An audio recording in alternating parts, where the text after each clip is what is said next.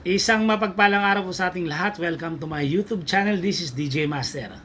Okay mga ka-DJ, ang ating pag-uusapan sa episode na to, itong napakagandang laban ni Alexander Usyk versus Rico Verhoeven.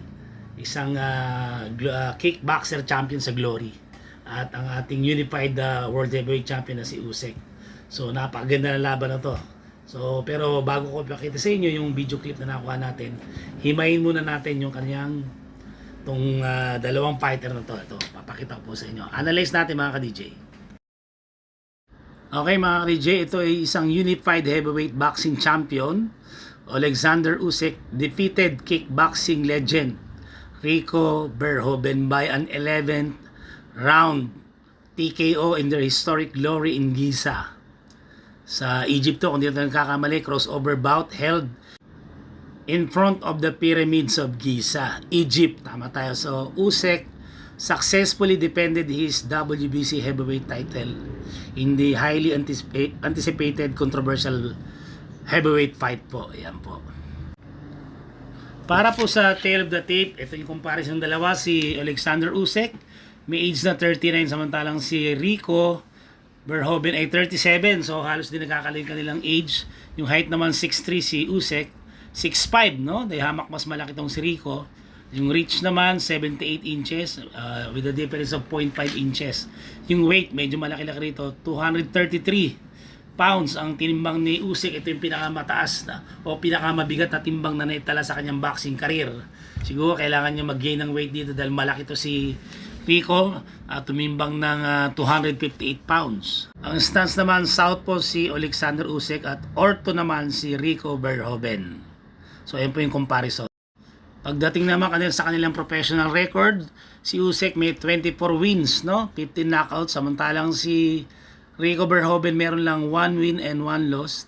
Kasi nga galing siya sa kickboxing, no? Background niya, undisputed boxing champion si Usyk.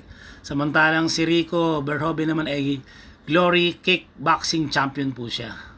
So, para magkaroon kayo ng background dito si Rico, si Rico Verhoeven holds an overall professional kickboxing record of 66 wins and 10 losses with 21 knockout victories. Widely regarded as the king of kickboxing. So, hindi to basta-basta itong kalaban ni Usyk. He also compiled an outstanding record of 28 wins and 1 loss under the Glory Kickboxing banner, where he set promotion records for the longest winning streak. Napakahaba ng kanyang panalo po. Para naman sa kanyang boxing record, in addition to his storied kickboxing career, Verhoeven stepped into professional boxing with a record of 1 win and 1 loss. His lone defeat in the boxing ring came via an 11th round stoppage against unified heavyweight world champion Alexander Usyk. Ay nga po, dito siya natalo ngayon. So mga ka-DJ, ito po itsura, no? Malaking mama to, no? Dito basta-basta, no? Glory kickboxer champion po yan. Nakita niyo naman yung katawan, napakamatipano, matangkad. Kaya kitang-kita natin sa laban na to, ginamit niya rin kanya yung laki, yung advantage niya. Mukhang nire-wrestling pa nga si Usyk, talaga nahirapin din. At saka medyo bumagal si Usyk na napansin ko rito kasi nga ito yung pinakamabigat na timbang na naitala sa kanyang boxing career po. So hindi basta-basta yung naging laban na to. Pero pinakita pa rin ni Usyk sa huli, yung talagang tunay na kampiyon na hindi nasisiraan ng loob, still manage his composure. Kaya sa huli, nagawa niya pa rin pabagsakin si Rico Verhoeven. Ito yung kanyang box record, 25 wins, 16 KOs. Yan, walang talo. So, nanatiling walang mancha po ang record ni Alexander Usyk. Mukhang, ewan ko kung magkakaabutan pa si itaw mo sana, maganda.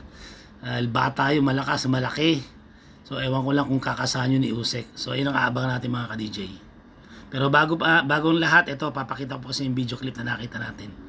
Yung nakuha natin. Ito po, panoorin po natin mga ka-DJ. Ayan po, nakita niyo kung paano binubog yan. No? Nasa 11th round po yan. Inawat na ng referee. Actually, tinamaan ng right uppercut. Hindi tayo nagkakamali. So, talagang malupit ko si Alexander Usyk. Maraming iba't ibang test ng kanyang nalampasan. So yun po mga ka-DJ, yun, napanood natin na 11th TKO ang inabot ni Rico Verhoeven. Hindi umubra yung kanyang maskuladong katawan, tangkad, laki. Yung kanyang background sa kickboxing. Dahil iba naman kasi yung kickboxing, ang nakita ko rito ang isang factor yung stamina. Iba talaga ang stamina ng mga boxer pang matagalan talaga hanggang 12 rounds. Hindi ka sa kickboxing, alam ko dyan, iba mga hanggang 5 round lang no. So iba talaga stamina. So at nakita natin dito nasubok yung kakayahan ni Alexander Usyk, bakit siya naging undisputed cruiserweight and at the same time former undisputed heavyweight. So marami na kanyang pinagdaanan diyan, mga pinatawag niya sila Anthony Joshua, si Daniel Dubois, si Tyson Fury, marami mga mabibigat na boxer na dumaan sa kanya. At ito naman nasubok ang kanyang galing dito at saka yung tibay sa kamay ni Rico Verhoeven na kanyang pinatumba sa round 11 at tinigil na po ng referee.